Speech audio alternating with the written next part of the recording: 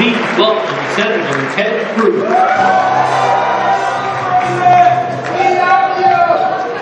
Shabbat Shalom.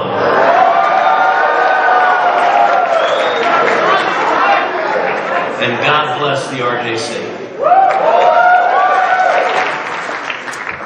And I am so grateful for the men and women here, for the patriots.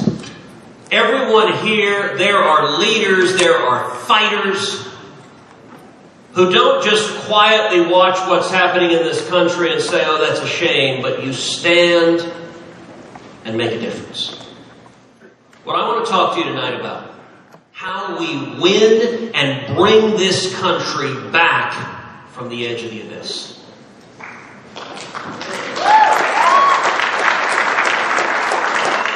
We're going to talk about three things: substance, message, and tactics. Let's start with substance. There are lots of areas we could focus on that the men and women here care about. We could talk about low taxes and low regulations. We can talk about securing our border. We can talk about defending the Constitution and Bill of Rights. And the men and women here care deeply about all of those things. But I want to instead talk about the relationship between the United States and Israel and how we strengthen it. You know, if you think about it, last year, just a year ago, we were seeing an incredible flowering of peace in the Middle East.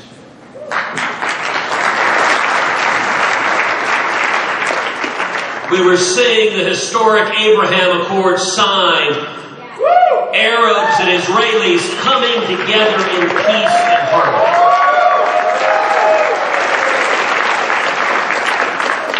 And what I'd like to do is pause and reflect a little bit why that happened. Why the Abraham Accords came to pass. Look, for decades, administrations of both parties, Democrats and Republicans, had a studious ambiguity with regard to Israel and the Palestinians.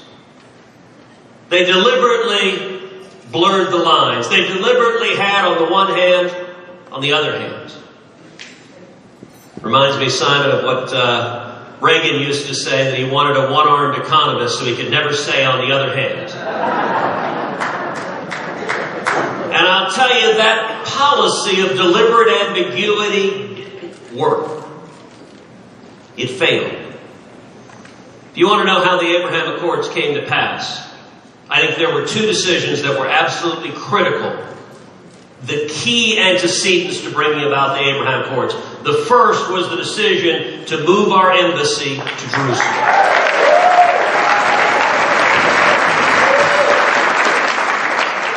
Now, I'll tell you, in the Trump administration, there was a massive battle over whether to move the embassy. Both the State Department and the Defense Department argued against it. Both State and Defense said, do not move the embassy. It will enrage the enemies of Israel. I engaged actively, directly, and repeatedly with the president, among other things saying, like the enemies of Israel are so happy with us to begin with. And there were voices that said, if you want peace in the Middle East, you can't do this. And I'll tell you, I urged the president, I said, look, if we want to see peace, nothing produces peace more than clarity, than absolute clarity. And when we move the embassy, it will be seen by our friends and our enemies as saying America stands unambiguously with the state of Israel.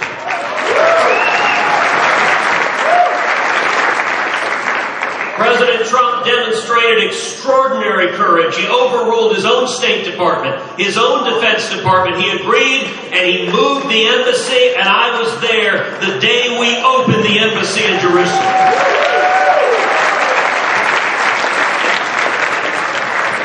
There are a lot of folks here who were there then. Phil, you were there. Ron, you were there. People dancing in the streets of Jerusalem. The joy, the celebration.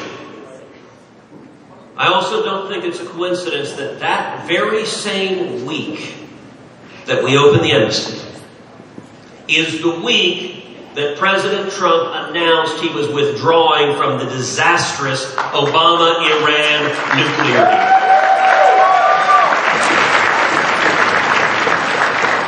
That was, I believe, the single most important foreign policy decision of the entire Trump presidency. And the battle lines were identical. On pulling out of the Iran deal, both state and defense were opposed.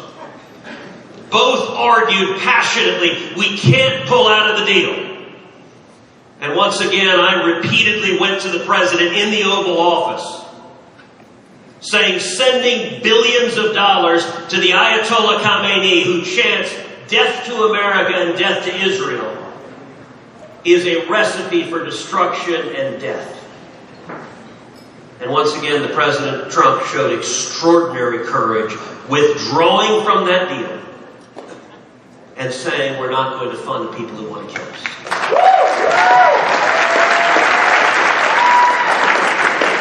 Now, why were those decisions the antecedents to the Abraham Accords? Well, I can tell you, when the Abraham Accords were signed at the White House, I spoke with the foreign ministers and the ambassadors of UAE, Bahrain. They said virtually word for word the same thing. They said, Ted, it is now clear that the United States stands unambiguously with Israel. We want to be friends with America, therefore we will be friends with Israel.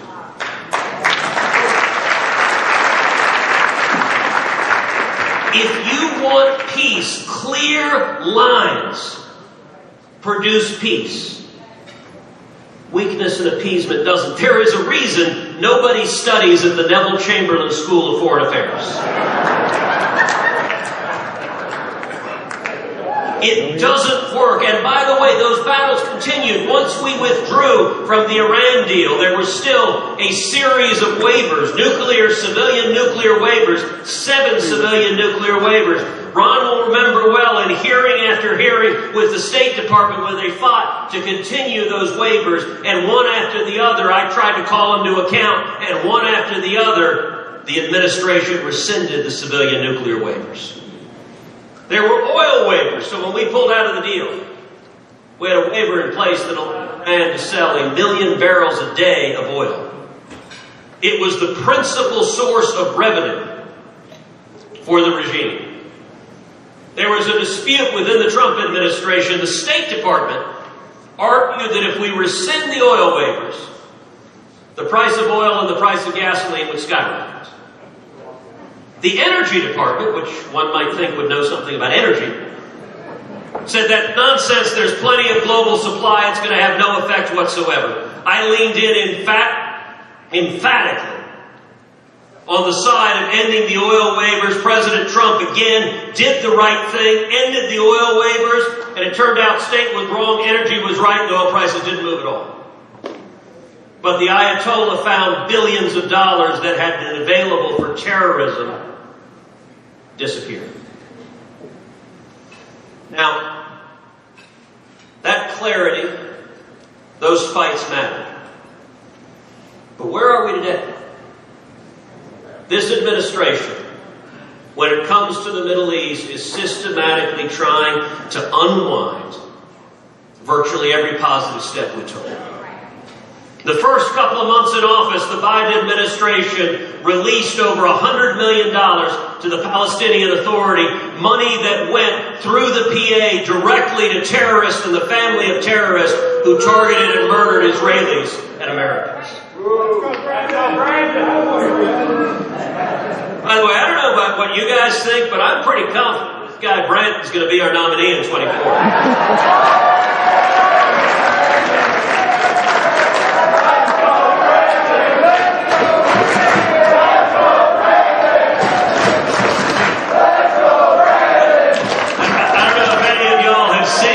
The meme online, there's a great meme. It has Obama and Biden. They're sitting in the Oval Office. And Biden leans forward and goes, Barack, it's really amazing. People all over the country want to have sex with me. And Obama leans forward and goes, Joe, that's not what that means.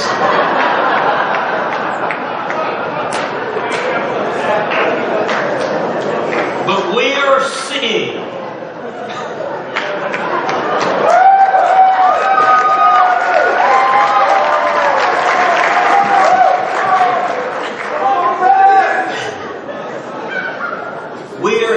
there's a reason that within months of Biden being elected, Hamas rained over 4,000 rockets down on the people of Israel.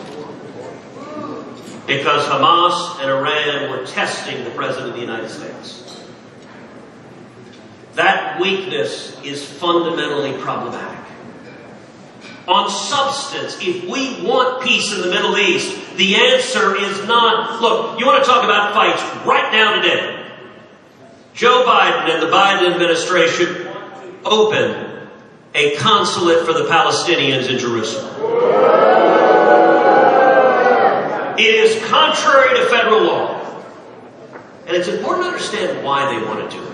It's not consular services. It's not, gosh, we just need services to the Palestinians. You can do that in Ramallah. That's no problem at all.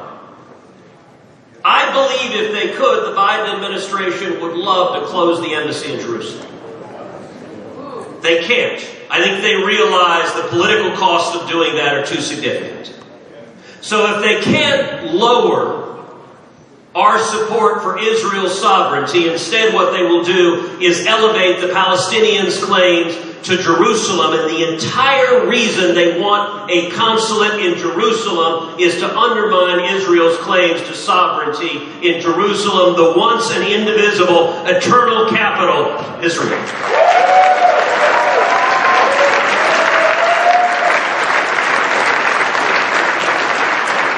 And what they're doing is contrary to U.S. law. It is contrary to the government of Israel hasn't consented. And they're trying to override the government of Israel. And it's dangerous. I'll tell you another fight we're in the middle of right now, this week. Joe Biden's nominee to be Assistant Secretary of State for Middle East. A woman named Barbara Leaf. I sent a whole series of questions to her. Let me tell you 3 that she refused to answer. Number 1, I asked her, so the Biden State Department, in writing, directed employees of the State Department, do not utter the words Abraham Accords. Instead, you are to call them normalization agreements. Biden's ambassador to the UN did an entire event on the Abraham Accords in which she refused to utter those words. I asked this nominee, produce the written guidance. They refused to turn it over. Why? Because they don't want to defend it. You got to understand why they don't want to say Abraham Accords. Look, John Kerry, when he was Secretary of State, he was asked, will there be a peace between Israel and the Arabs? And his response was, there will be no Israeli-Arab peace. No, no, no, and no. Well, Kerry was as right on that as he's been on everything else his entire career. They are angry that Israel and the Arab countries proved them wrong, that you don't have to hold peace hostage, trying to force Israel to make concessions to the Palestinians and undermine the security of Israel. A second question I asked is there have been multiple media reports about their negotiations with Iran on what's called a less-for-less agreement. In other words, an agreement where they don't even promise not to develop nuclear weapons. They promise less, and we shower cash on them. Biden administration responds in writing, there are no such negotiations. We don't know what you're talking about. It's a flat-out lie. Third area of questioning. Biden administration has frozen $130 million in military aid to Egypt. And it's done so demanding that Egypt release 16 prisoners currently incarcerated. Now pause for a second and reflect on the irony that we spent the better part of 2 years talking about impeachment and quid pro quos. The last time I checked saying you don't get $130 million unless you release these prisoners is a quid pro quo. But I simply ask the question, who are the 16 prisoners you want released? Tell us their names. Are they affiliated with the Muslim Brotherhood? Are they terrorists? Are they anti-Semite? Are they people who pose a security risk to Israel, to America? Biden's State Department says, we're not going to tell you that answer. They will not acknowledge who it is. Now, I will tell you, they actually have provided the list to the Senate and they've classified it. So I've read the list. What they don't want is for me to tell you who's on that list. There's no reason for it to be classified. They're literally taking $130 million of U.S. taxpayer money and saying, release these prisoners or you don't get the money. I can't tell you that because they would happily lock me up for divulging classified information. But what I can tell you is Democrats added to an appropriation report a list of 4 names of Egyptian prisoners they wanted released, including an Islamist hate preacher who preaches vile anti-Semitic lies. And the Democratic senators had written into the appropriation language they're trying to get him released. On the substance, these fights matter. We need to engage in the substance. I got a little bit into the weeds on this stuff because the substance matters. Look, we saw with President Trump. What was President Trump's single most redeeming characteristic? The man has a steel backbone and he doesn't back down.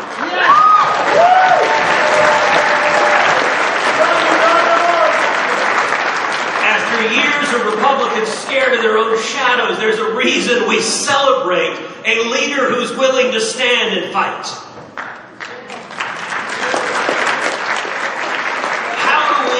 We stand and fight and engage on substance. What about number 2, messaging? Look, all of us know that the corrupt corporate media is broken. 5 years ago, the media used to pretend they were unbiased. They don't anymore. When's the last time you saw someone on TV arguing the media wasn't biased? Donald Trump broke the media. They hate him so much, they foam at the mouth.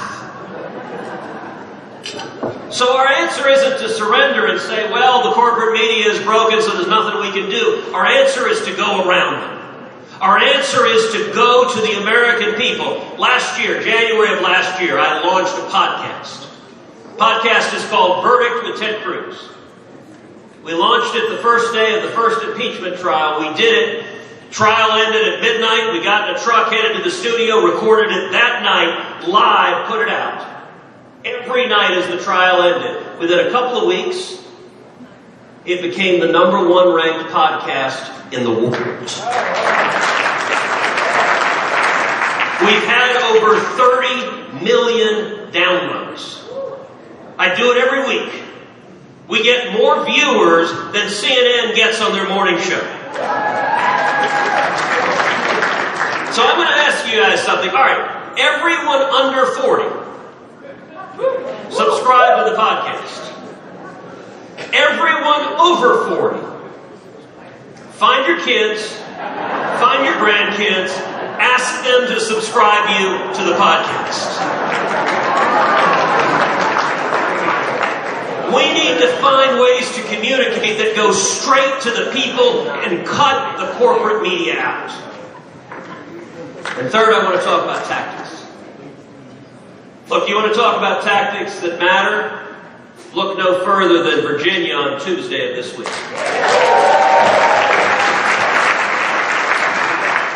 I'll tell you, Glenn Youngkin is someone I know well.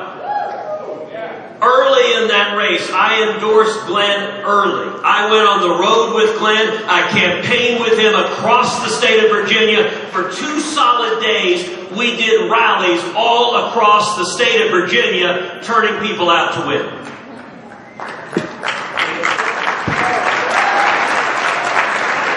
The reason I backed Glenn early is he was the strongest conservative who could win. And we need to be smart, we need to be savvy, we need to find candidates who will be smart and principled and win. And by the way, one of the first speakers here tonight was Chris Sununu.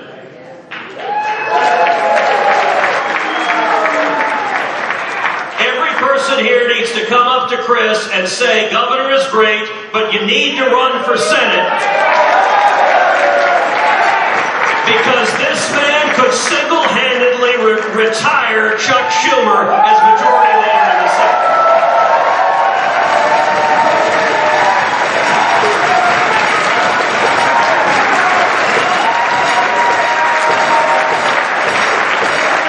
And I got to tell you, the Sununu finance team that is gathered here today, you want to have smart tactics? Win the Senate. You want to have smart tactics? Last year, I launched an initiative that was called 25 for 20. Picked 25 House members across the country, endorsed them, campaigned for them. Candidates for the House. Of them, only 2 were incumbents, so 23 were challengers. They were either running for open seats or against Democratic incumbents. Campaigned for them, did rallies for them, turned people out for them, and raised money, raised about $3.5 million for those 25 candidates. Hard money directly to them that they spent. Of those 25 candidates, we won 14 of those races and nearly took the House of Representatives last time. Now let me say, I see my friend Rick Scott, who's doing a great job leading the R.J.C. Thank you for your leadership, Rick. I gotta tell you, I can't wait till January of 2023, when Rick and I are walking the hallway in the Capitol, along with newly elected Senator Sununu.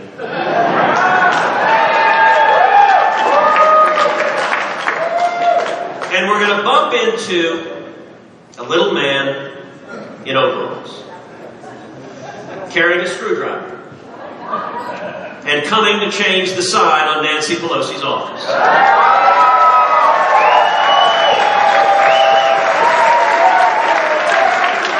And Nancy's going to get on her broom. No, okay, that's not, okay. She's going to get on her private jet, the USS Broom, and fly back to California.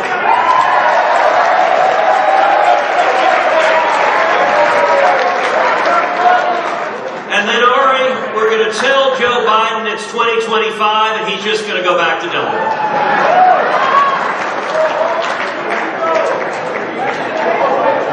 Listen, we are going to pull this country back. There's reason to be optimistic. Let me tell you, the corrupt corporate media, the Democrats, they want us to give up hope. They want us to think it's all lost. But I got to tell you, I am profoundly optimistic. You know, some of us here are old enough to remember Jimmy Carter. None of the women, but the men are old enough to remember Jimmy Carter. We remember double-digit inflation. We remember 21% interest rates. We remember gas lines around the block. We remember our hostages in Iran for 444 days while the president rubbed his hands and sent a rescue team that crashed in the desert with no opposing fire.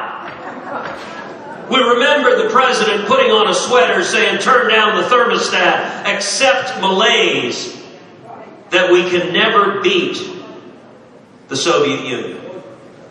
Right now today in Georgia, Jimmy Carter is looking at Washington and saying, yes! Not worst president ever!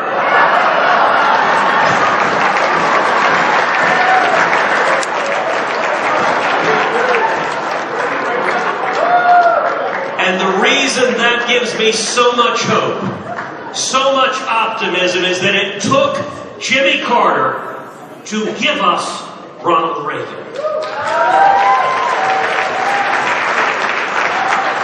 And Joe Biden and Kamala Harris The rest of the clown car in Washington is setting the stage for a victory in 2022, a bigger victory in 2024, and